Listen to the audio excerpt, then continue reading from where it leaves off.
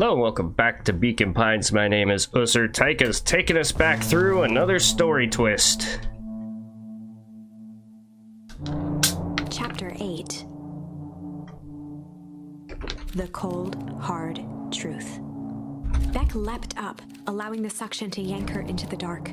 Dimness eclipsed around her like the shutter of a camera as she seemed to cover great distances. Her only points of reference were glints of upcoming turns, which approached with frightening speed, only to carom her gracefully along.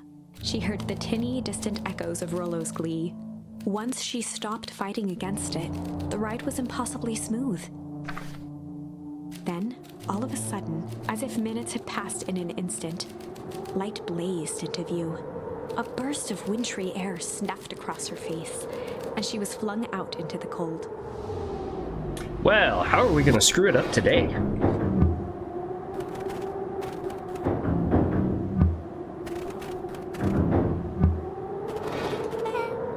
That was intense. Yeah. I think I might have parted with some fluids in there. Any idea where we are? Somewhere cold. Doesn't look like it got on any of us. Didn't feel like we traveled that far.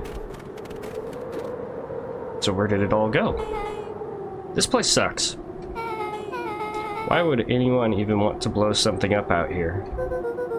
Only one way to find out, I suppose. Gotta catch up to Nuncreed. I think he went this way. You should see tracks in the snow.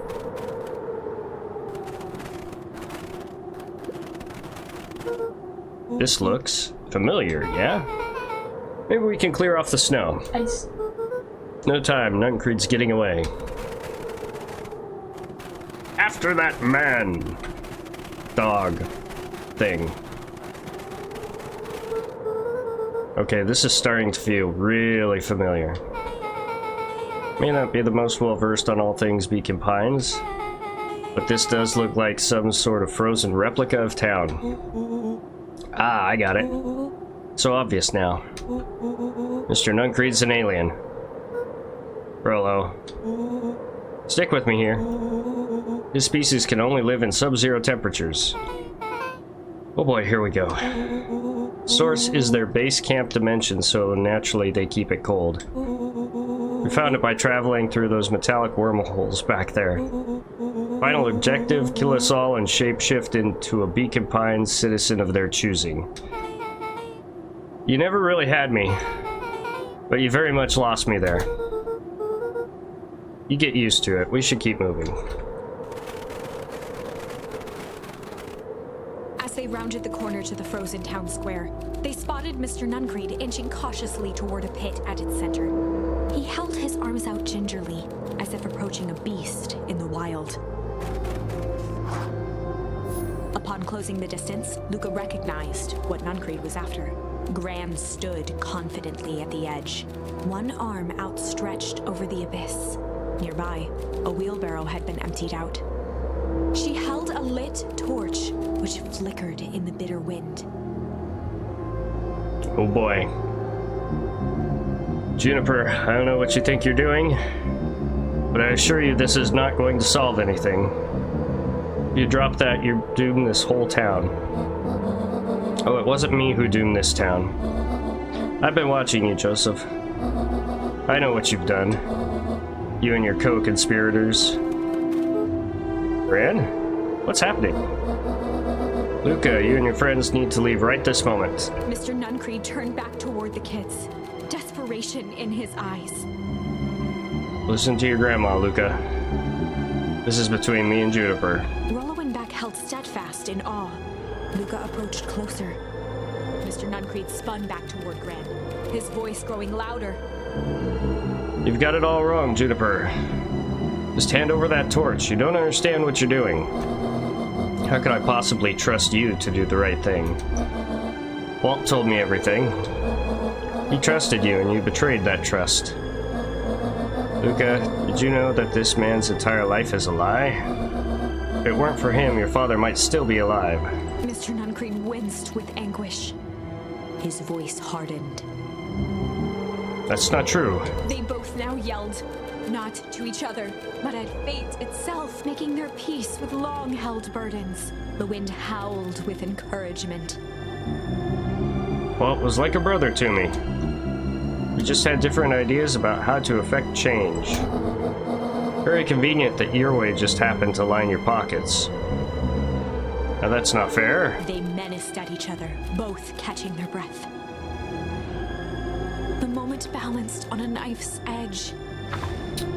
Oh god, what choice are you gonna do? The right one, because I've done this part Lucas' before. mind questions. The wind calmed, as if to give him the stage. And in the stillness, he began to hum. After the death of his father, Luca had trouble sleeping. Each night, his mother would sit at the foot of his bed and hum a gentle melody. It was the only thing that could calm his mind. The only thing that, however briefly, could make it all seem okay. That melody pervaded every memory Luca had of his mother. Shivering in the raw snow, he began to hum it out loud.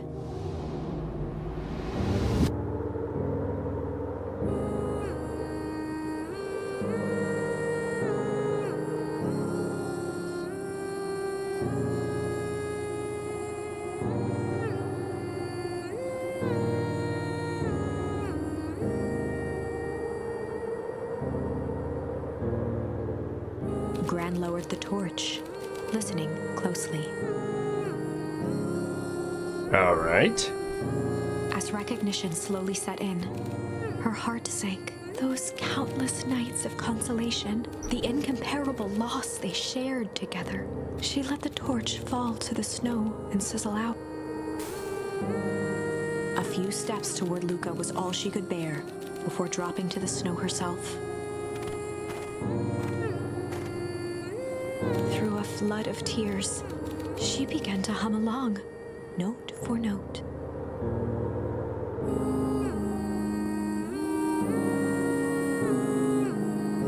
And Beck's just sitting there like, what in the heck is going on? What are they doing? Luca lifted his head in astonishment.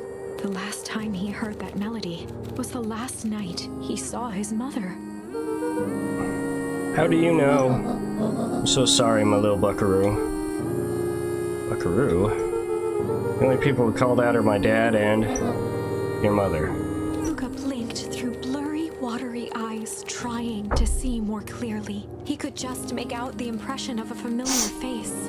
He peered across the snowscape at the woman on her knees. Something about her was undeniably his mother, only smaller, older, changed. Mom? That's right, buckaroo. Mom! Luca See, I told you she sprinted wasn't as evil. fast as he could toward his I knew mother. there's something wrong, but still. They held each other close, and the cold retreated from their bodies. Eleanor? I thought you were gone. You should have known I would never abandon my Eleanor son. looked down at Luca, tightening her embrace in an appeal for forgiveness. Ow. You're a smart man, Joseph. I thought you'd have pieced it together by now. You were exposed. Mom, I don't understand any of this. What happened to you? Where'd you go? Why did you leave me? Never left you. I was always right here, Luca. Why did you lie to me? Tore me up, but I did it to keep you safe. I thought that getting answers would help us both move on. But the more I discovered, the more I realized the danger we were in. Till Perennial Harvest was stopped, it was better if everyone thought I was gone. You could have trusted me. These are bad people, Luca. They won't stop until they get what they want. And they don't care who gets hurt in the process. Then what do? We have to stop them. Joseph slumped into the cold, wet snow. They can't be stopped. This is too big. I tried beating them at their own game. I'm done fighting fire with fire. For the first time in a long time, her voice felt like her own again. No more lies. See, now there's a better way to stop Perennial Harvest. Cold hard truth. Luca gazed down at Nuncreed with pity. He looked small. Joseph stared into the snow, as if searching it for answers. Come on, everyone. We've got a party to crash. Yeah!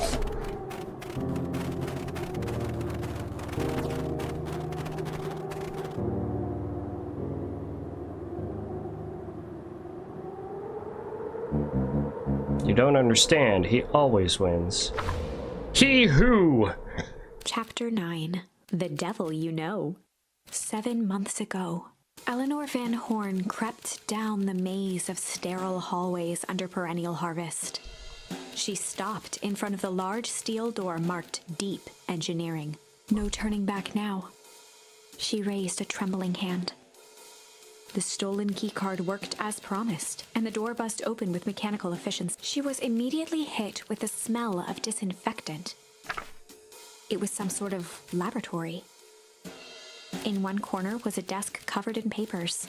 Across the room stood a tall metal pod with hoses protruding from its base. She rushed to the desk and began shifting through the piles of papers. They were experiment reports on something called Tempus Liquamen. There were dozens of them. Every one stamped failed. Eleanor heard the sharp echo of footsteps approaching. She was out of time. Her eyes scanned the room, eventually landing on the strange pod.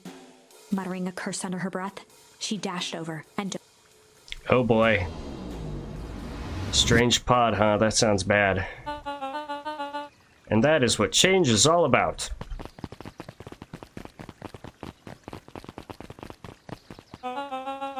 Grabbing the future by the scruff of the neck and making things happen. Change is a choice. And tickle pink that we will all be making that choice together. How great is that? This man is a liar! Excuse me? I will not. This town has a dangerous secret, and Perennial Harvest only exists to keep it hidden. Nonsense. They picked up the whole damn town and moved it right under our noses. You aren't making any sense, dear. Mr. Kerr addressed the crowd with a sarcastic tone. Imagine such a thing. It's absurd and just plain impossible. They promised they could fix the foul harvest. They told us they would clean this place up. We just had to leave town for a few days. But while they had us evacuated... Mrs. Hartford, I'm afraid I'm going to have to ask you to... You're afraid of a lot of things, aren't you? You snoodling little worm. This is growing tiresome. Little help, please.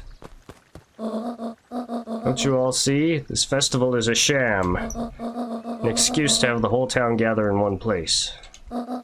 They're planning something awful. I don't know what, but these people are wicked. Don't listen to her. She has absolutely no proof. I am the proof. I am Eleanor Van Horn. Whispers filtered through the crowd. Well, aren't you just sneaky as the dickens? We all knew Valentine's fertilizer was too good to be true. And now this whole town is paying the price. Ladies and gentlemen, I'm so sorry about this disruption.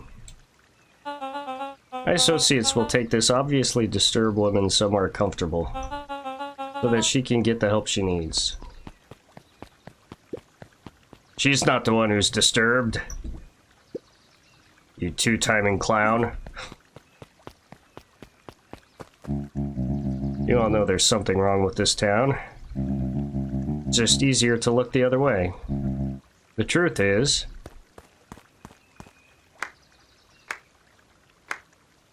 Okay. Shouldn't you clap after the speech? It's quite enough, Mr. Nuncreed. Torment dragged on Joseph Nuncreed's face. Yes, sir. Take them away. No, I want them to see this. Ah, the ever-tempestuous Eleanor Van Horn. You've been quite the thorn in my side. Like a weed that's burrowed in where it doesn't belong. I must confess you look dreadful. He paused for a moment, plucking a piece of fuzz from his sweater and discarding it to the ground. Consider yourself in rare company. You've managed to pull one over on me. Won't happen again. I knew you had some sort of plan to disrupt our little party. At last, I expected something a bit more impressive than incoherent rambling. No matter, your failures are yours to bear. Mr. Kerr? Yes, sir. It's a shame it was cut short, but I thank you for that rousing oratory. I will take it from here. Yes, sir, of course, sir. So he's the old man Valentine, he just got turned young. Then quality work, William. You can look forward to the recompense we agreed upon. Kerr gave a bow of deference. Founder, you are most gracious. Gasps rippled through the crowd.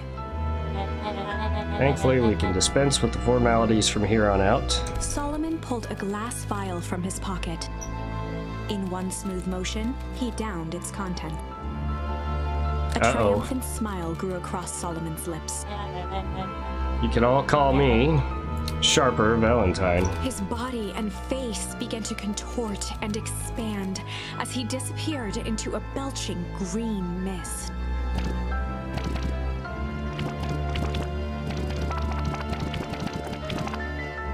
A hushed horror gripped the crowd. This is a story about change. What? No! Ah, so you did see that coming. Good. Sharper examined his new hands. This is quite the improvement. Everything looks so much smaller now. Eleanor was right about one thing. Festival was a ruse. I wanted you all to witness my glorious return with your own eyes. Why does everyone look so downtrodden? This is a celebration, people. Maybe it'd help if we set the mood. Mr. Kerr, be a dear and reveal the sign. Sharper Valentine Festival. Wonderful. Sharper choked out a crude squawk of a laugh. Frustrated grumbles sprinkled through the crowd. Sharper, you malicious bastard. Malice. Ooh. I'm glad you're back so I can tell you to your face. You destroyed this town. We ain't gonna let you get away with it again. Sorry, this is not the time for audience participation. Some assistance, Mr. Kerr? William Kerr gave a subtle nod to the clipboards. You coward! Does anyone else have something to contribute? A helpless quiet settled over the crowd. I thought so. You all truly believe you could be free of me?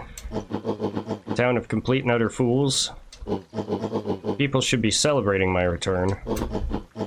You're clearly lost without me. And that leads me nicely to my children. Daddy?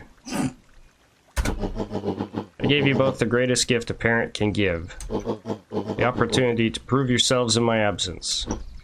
Squandered. Say I'm disappointed would be an understatement.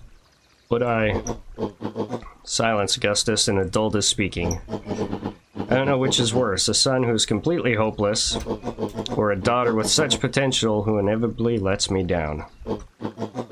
Eris, you fail me with admirable consistency. Thankfully, I was counting on it this time. Father, I have been wasting time, dear. What have you accomplished? I was focused on cementing our legacy. Legacy? Who needs a legacy when you could just live forever? But what about... It's alright, kiddo. I'm afraid you suffer from a complete lack of imagination. There's just no helping it. Now then, where's Joseph? You didn't take the opportunity to slip off, did you? Oh, there he is. Everyone should give him a hand. None of this would have been possible without Joseph. I think you've said enough. Nonsense. The people deserve to know how helpful and loyal you have been. I only did what I did because he left me no choice. You always had a choice, Joseph. You were simply too weak to take it.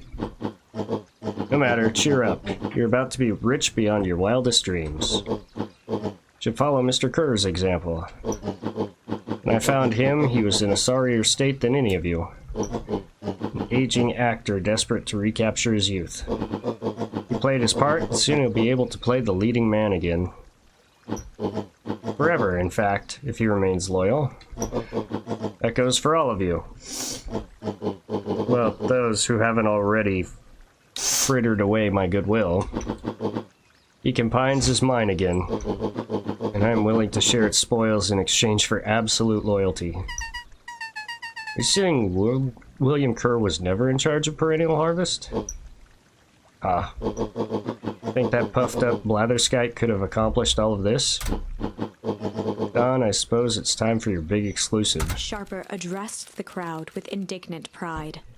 He'd planned this moment for so long that now, at the deed's fruition, it almost felt frivolous. See, I needed a figurehead to hold things down while I orchestrated my return. Someone to misdirect, lie, and bilk this town for a spell. So I invented William Kerr. Take your bow, you've earned it. Mr. Kerr flourished a preposterously elaborate bow.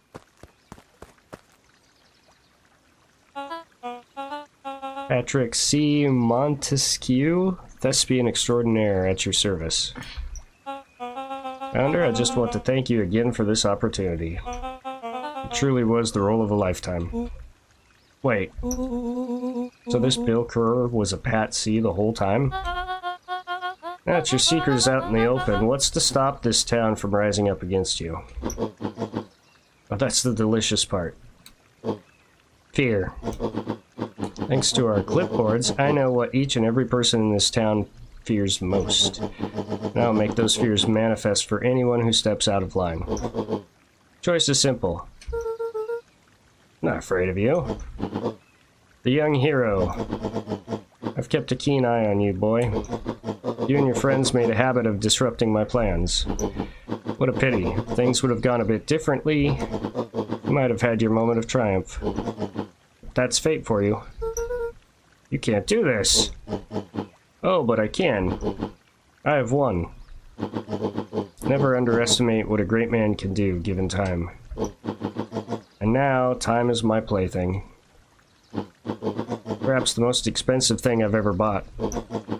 But well worth it. Ah. Sharper coughed up one final laugh and cracked his knuckles. Enough chit-chat. Let's go to work, shall we? All right. And so, Sharper set about remaking the town in his own image. The fertilizer factory soon reopened for business. Sales rose steadily as more and more farmers across the countryside began to swear by its miraculous properties. Beacon Pines became famous. A secretive town that, for the right price, shared its gifts with all. Gifts that became more and more necessary in a world where winters grew longer and longer. The end. Well, that's no good. This is wrong, but things are becoming clearer now. You can feel it, right? We can't let Sharper win. He might just be the key to this whole thing. Let's see. All right. Weep. And in the stillness, he began to weep. It was all just too much. Falling to his knees, Luca whimpered softly. The tears crystallized as they hit the snow. Gran stared at Luca for a moment with warm sympathy, remembering why this was all necessary. This will all make sense soon, Luca. Then everything can go back to normal. I promise. She stiffened up. Except I won't ever get young. Brandished the torch at Mr. Nuncreed. Can't hide behind those people any longer, Joseph. Once their precious source is destroyed, we'll see where their loyalties fall. Juniper, don't! Ignoring his final plea, Gran flung the torch into the deep dark. This seems like a bad one. She smiled and exhaled in relief.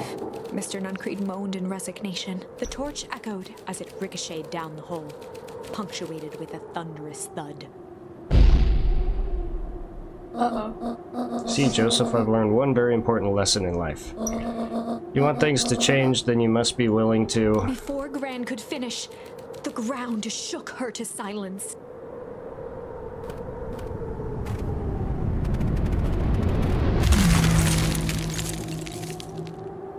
Yeah, that didn't go very well. Bad idea, Gran. Bad idea.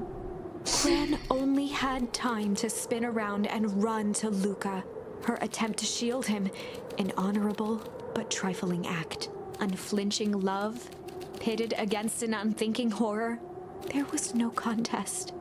Her warm embrace froze in an instant. That is where they remain, fixed in place, forever. And so, our story ends on this melancholy scene.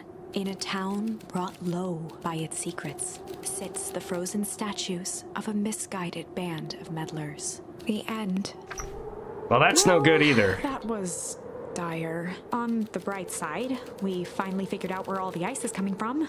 Now, we just need to find a way to deal with a mystic, unfathomable force of nature.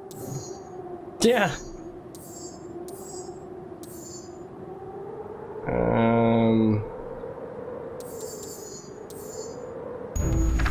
Aha, malice. There was malice behind those eyes. Lurking behind those eyes, like a trap ready to spring. Luca felt the weight of Nuncrete's hand on his shoulder. Something wasn't right. He didn't know why, but something was telling Luca to get out of there. I just want this to all be over. Of course, I'm sure it will work out soon enough. I should get going. I think told Roxy I'd check for Rollo at the treehouse. Luca twisted free of Nuncrete's grasp. Of course. Luca, you know your dad and I were good friends back in the day. You could come to me with anything. Anything at all. Yeah, how about we just leave now before he murders us?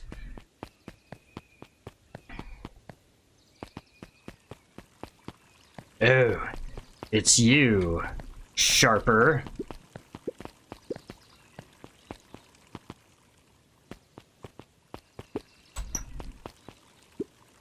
Festival decorations are a bit humdrum. Now, if I were to throw a festival, it would be a thing to behold. I agree, this is all more than a little sad. It's worse than sad. It's boring. What if we did a little something to spice things up? I'm listening. You know that festival sign waiting to be unveiled? Be a shame if someone... The two scurried off, eagerly formulating a plan.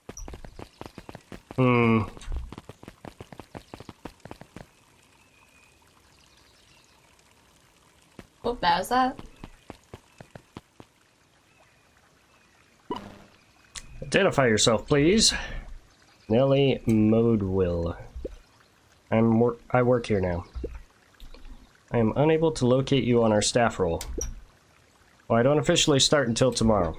Mr. Kerr said I could come in early tonight to get a few things done. Hold, please. Clearance authorized. Thank you. Our harvest awaits.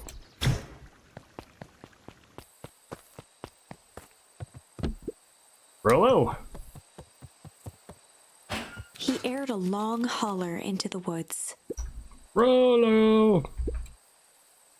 Sorry. Wherever you are, I hope you're okay. Luca felt his eyes getting heavy and plopped into the beanbag. Nighty-night. He conceded to its lumpy embrace.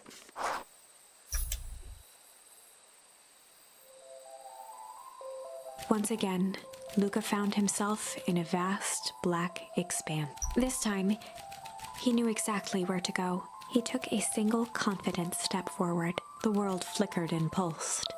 He found himself standing in front of the frigid air of a blazing campfire. The source. He plopped down cross-legged and gazed into the cold flame, waiting. Soon enough, the fire began to die out, popping sporadically, until all that was left was a single ember. Luca stood up and dusted himself off. He plucked the glowing ember from the cold ash, examined it, and slid it into his pocket, a keepsake. The voice of his father spoke behind him. "You made me proud, Buckaroo." Luca turned to face him.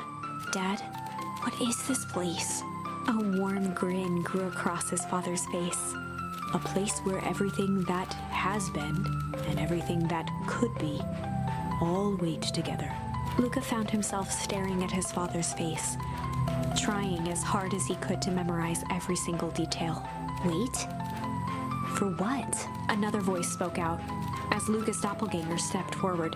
That's up to you. Without knowing why, Luca began to weep. Is any of this real? Are you real? Luca's father bent down to smudge away a tear. Of course, I'm as real as the part of you that misses me. Luca turned to look at the older version of himself. And you? The doppelganger choked back tears. I'm as real as the part of you that's angry he's gone. Does that make sense? Through his tears, Luca laughed. I think so. His father pulled him in for an embrace. Time to go, buckaroo. Wakey, Luca wakey, was time for startled school. from his dream by a banging on the floor. Are you in there? A commanding voice rumbled from below. Just as Luca sprang to lock the entry hatch, the door knocked. Uh-oh. Chapter 5. I haven't gotten this far. Dangers big and small. Luca stumbled back. He heard the rope ladder creak under significant weight. Oh, it's Keeping Nuncreed. his eyes fixed on the hatch, he inched backward to the balcony. As his hand grasped the door handle, Luca froze. A large figure clumsily wriggled up through the hole. Nope, nope. Stop right there. Or I'll... Who that? I know it's dark and all, but I figured you'd recognize me. Who are you? The large figure cocked its head inquisitively. You look too tall to be him. You're too tall to be Rolo. Stop now or I'll clobber you with a baseball bat. Whoa, whoa, whoa. Take it easy. Luca, you need to get your eyes checked. It's me, Rolo. Nice try, but I know you aren't Rolo. You're like one of his random uncles or something. Where is he? Uncle? Luca, quit messing around. It's me! You're too tall to be him. It's really you, prove it. Flaming chicken coop, Luca. Luca's jaw dropped. He peered more closely at the man standing in front of him. You're too Something tall. about him was undeniably Yeah, Rolo. he took that same potion that Solomon did. Only bigger, older, changed. Too tall. How? What happened to you? When I was running away, I ran into more people in those yellow suits. They grabbed me and dragged me away.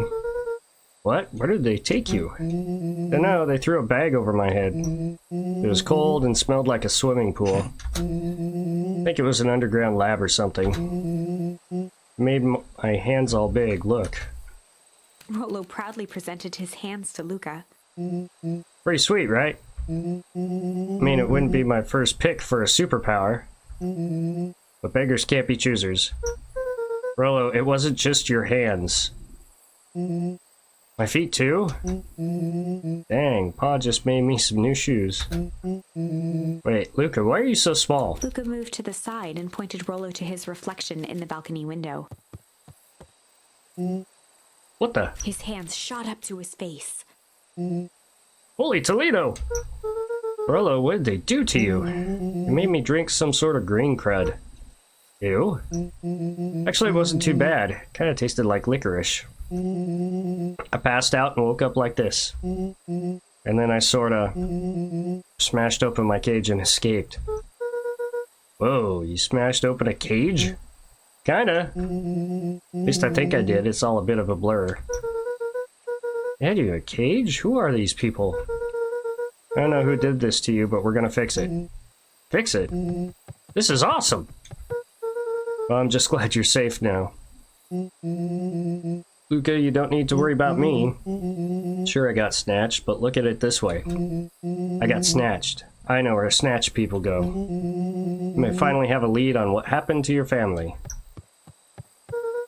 Maybe you're right, but this all seems dangerous. Ah. Rolo shadowboxed a few jabs. I'll take them all on. Hey fellas, what's With up? a yelp, Rolo dove behind Luca. Ah! Take cover! Did I come in a bad time? Who the heck are you? This is Beck. Something truly bizarre just happened and I need help. I didn't know where else to go. So you're just hanging out here with your large adult friend? No, this is my buddy Rollo. This is your missing friend. One and the same. He seems a little old. I'll have you know this is a recent development. What the heck does that mean? Oh, I'm sorry. You're the one who just showed up out of nowhere. So we'll be asking the questions here. That's fair. How'd you find us? Your silly little treehouse? I think you mean our silly little mission control. Hate to break it to you, but your secret path isn't so secret. And I could hear your racket from a mile away. See, Luca, this is why we need to prove security around here. Not now, Rollo. Beck, you said something bizarre happened? Yeah, but... She shot a nervous glance at Rollo. Anything you can say around me, you can say around Rollo. This has been a weird day all around, hasn't it? Beck's eyes narrowed. Okay, so it all started when I made it back home. The first order of business was to try to salvage my hair. So I dyed it with some stuff from the chemistry set Mom gave me. Okay. Just need to play it cool. And hope no one notices. Notices what? Oh, nothing. I was just... Come over here and let me have a look. Oh, honey, what in the world did you do to your hair? I just kind of felt like a change. This is going to take forever to grow out. You're the one who said that change was a good thing, right? I was talking about your mother's new job. I was talking about us moving. Well, I guess I just took your lesson to heart. Ilona tried to put on a smile. Before I forget, I came up here to tell you that Nellie had to go into work. Tonight? Her and Mr. Kerr decided it would be good for her to get some things done before tomorrow. That Kerr guy seems like a grade A creep. Heck. He is, him and his weird cult of personality. You're not going to ruin this job for Nellie. Means too much to her. Well, I know exactly how much it means to her. Means enough for her to slow it down. To exile us to this place. This place sucks. People are weird. Just don't know them yet. It's always cold. We're in the mountains. You'll get used to it. I can't even pick up a single decent station on the radio. It's all banjo music and farm reports.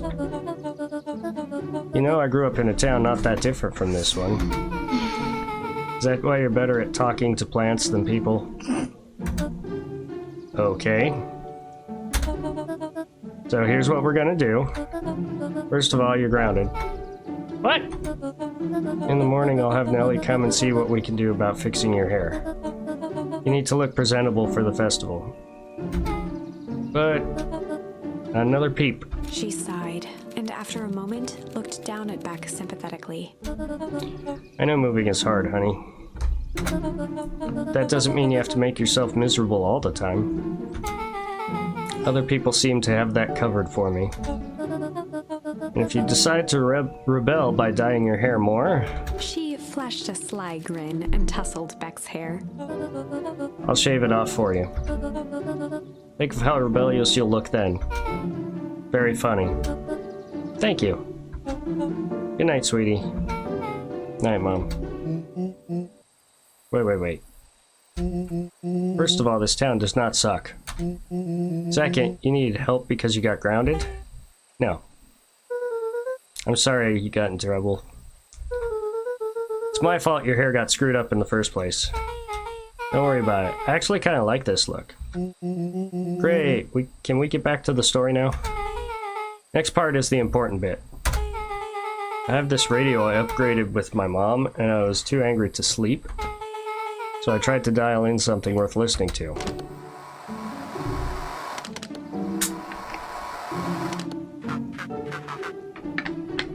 Mr. Kerr, are you there? Mr. Kerr? Yes, I'm busy. What is it? Apologies, I have the founder on the line. Patch him through immediately. One moment. Hello, sir. It's so nice to hear from you. Skip the pleasantries. What's your report on our new lead researcher of deep engineering? Seems to be integrating nicely. This very moment, she's working to help us meet our deadline. She offered to work overtime before I even had the chance to suggest it. Excellent. And you have faith that she's capable of finishing the work left by her predecessor. The work must be complete before the festival. I'll make sure she stays day and night until it's accomplished. Good. You know how I feel about loose ends. Yes, sir. Once she has finished the work, we need to make a determination regarding her long-term prospects in the company. Immediately, sir? I usually have more time to fully bring people into the fold. We're in the in-game, Bill. And after your failures with Dr. Prescott, I can't afford to take any risks. Who, Bill? Of course, sir. William. Mr. Kerr? Oh. Bill's another way for William. Once she finishes the work, she'll either leave the office completely committed to Perennial Harvest, or she won't leave at all. Perfect. Sir, if I might suggest, maybe we should delay, just for a bit. Oh? It's just, we seem to be rushing to hit this festival deadline.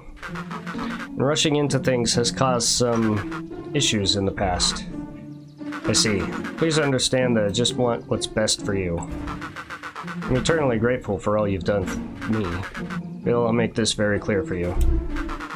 I brought you in to make things run smoothly, not to have opinions. Of course, sir.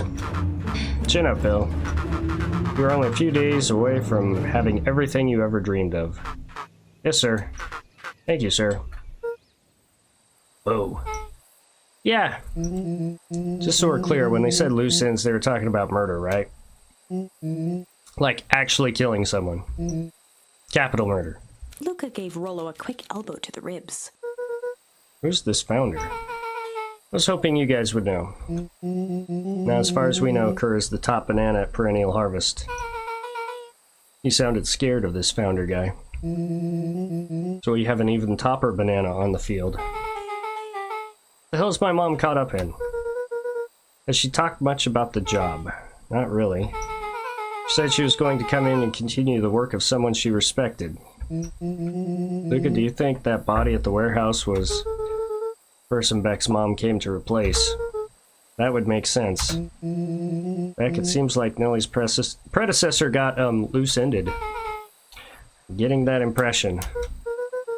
So we need to get your mom out of there before the festival happens. 2 days away. Won't she just come home after work? People on the radio said they were going to hold her there until then.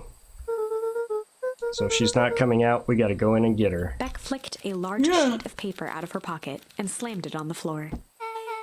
Maybe this'll help. You have blueprints? Well, it's really just a welcome map from my mom's PH orientation day. But it shows the layout. Sure looks like blueprints to me. Look, here's the reception area. There's a big room marked Founder's Office. Now, it even has the exits marked. Guys. We have a deadline. We have an objective. We have blueprints. You realize what this is, right? Rollo started to wiggle with excitement. I think we're heisting. This is officially a heist. Yeah. Chapter 6, The Heist. And that's where we're going to stop this one. And huddled around that small map, formulating a plan to infiltrate the headquarters of Perennial Harvest. We learned a lot, though. We learned that Solomon's actually the big bad nasty. And Kerr is just an actor. Wow, that's crazy. Anyway, now that we've got a super friend, like, he's basically an adult who doesn't know his own strength. Just point him at people and have him beat him up. Take that, clipboard! Rip your clipboard out, beat you on the head with it. Anyway, that will be all for this one. Leave a like, comment, subscribe, hit that bell so you can see when we post new things. Thank you guys so much for joining us. Catch y'all in the next one. Bye. Bye!